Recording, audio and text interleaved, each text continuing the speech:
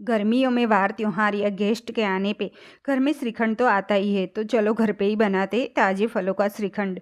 एक बर्तन में 4 टेबलस्पून पानी, 500 ml दूध गर्म करने के लिए रख दिया। यहाँ पे आधी कटोरी दूध अलग रखा था, उसमें 1.25 टेबलस्पून मिल्क पाउडर, 1.25 टेबलस्पून तपकीर का आटा मिक्स किया। दूध में एक उबाल आए, फिर वो बनाया हुआ दूध धीरे धीरे करके ऐड करके मिक्स करके 1 मिनट पका लेना है। अभी गैस की फ्लेम बंद करके रूम टेम्परेचर पे दूध ठंडा हो जाए, फिर 2 टेबलस्पून दही डाल के मिक्स करके दही जमाने के लिए रख देना है। तो 4 घंटे में दही अच्छे से जम जाता है। और यहाँ पे 4 घंटे के बाद 2 घंटा मैंने फ्रिज में रखा था, तो यहाँ पत्थर जैसा दही तैयार हुआ। तो स्टैनर में कपड़ा रख के दही ले लेना है और पोटकी बना के वजन रख के मैंने फ्रिज में ओवरनाइट रख दिया था।